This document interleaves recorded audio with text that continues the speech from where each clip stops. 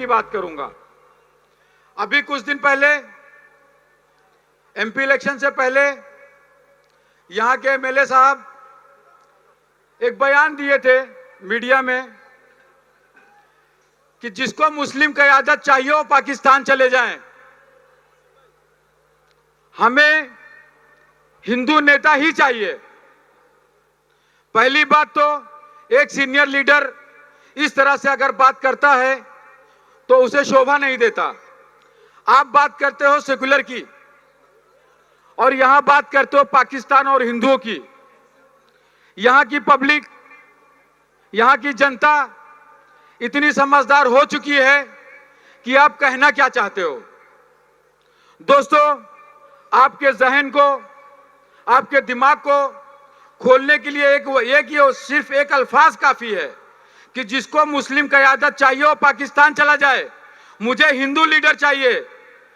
अरे नादान, यहां पर अक्सरियत मुस्लिमों की है तो लीडरशिप मुस्लिमों को मुस्लिम चाहिए, हिंदू लीडर क्यों चाहिए? अगर हिंदुस्तान में अकलियत अगर देखा जाए तो मुसलमान की सबसे ज्यादा है, तो जितनी जिसकी हिस्सेदारी होगी, जितनी जिसकी भागीदारी होगी, उसकी उतनी लीडरशिप भी होगी।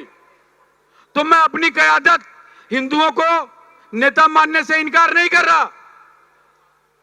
अगर हमारे बीच नफरत फैलाने वाला मुसलमान भी आएगा तो हम भी उसकी खिलाफत करेंगे। अभी कुछ दिन पहले एक मुर्गी का बच्चा चिल्ला रहा था कि मस्जिदों में जाओगे तो काट देंगे, मस्जिदों में जाओगे तो घुस के मारेंगे। अरे नादान, उस कायद के अंदर हम उस कायद के खिदमतगार हैं। अगर वो सांस लेगा तो तेरी आवाज बंद हो जाएगी। फख्र करता हूं मैं कि उस कायद का मुखादिम हूं मैं, कि जो लोगों की आंखों में आंख मिला करके बात करता है। ये सियासी लोमड़ियों की तरह नहीं है, ये इंसानी जंगल का बबर शेर है। और भैया गोंडी के शेरों, जाग जाओ, लोमड़ियों के पीछे मत चलो, वरना तुम शेर होते हुए भी लोमड़ी कहलाओगे। अपनी क़यादत को पहचानो, अपनी ताकत को पहचानो। मैं यहां सिर्फ वोट के लिए आपको खिताब नहीं कर रहा, मैं आपके हुकूक की बात कर रहा हूं। पिछले 15 साल एमआईएम ने सपोर्ट किया, इसलिए किया ताकि मुस्लिम क़यादत यहां बनी रहे, लेकिन उनकी जहनियत ही गंदी है। 15 साल में क्या मिला आपको? बोलते हैं 4 माला 5 माला बनाया, गोंडी डेवलप हुआ। अरे जरा सा नादान हो, समझदार हो, फिर भी ऐसी बातें करते हो। 4 माला बना, उसमें तुमने क्या दिया? उल्टा घर बनाने वालों ने उस घर का सदका निकाला, नजर उतारी, वो पैसा तुम्हारे लोगों को दिया, आज उसी से तुम जिंदा हो। अगर मैं गलत कह रहा हूं तो तायद करो इस बात की मैं गलत कह रहा हूं।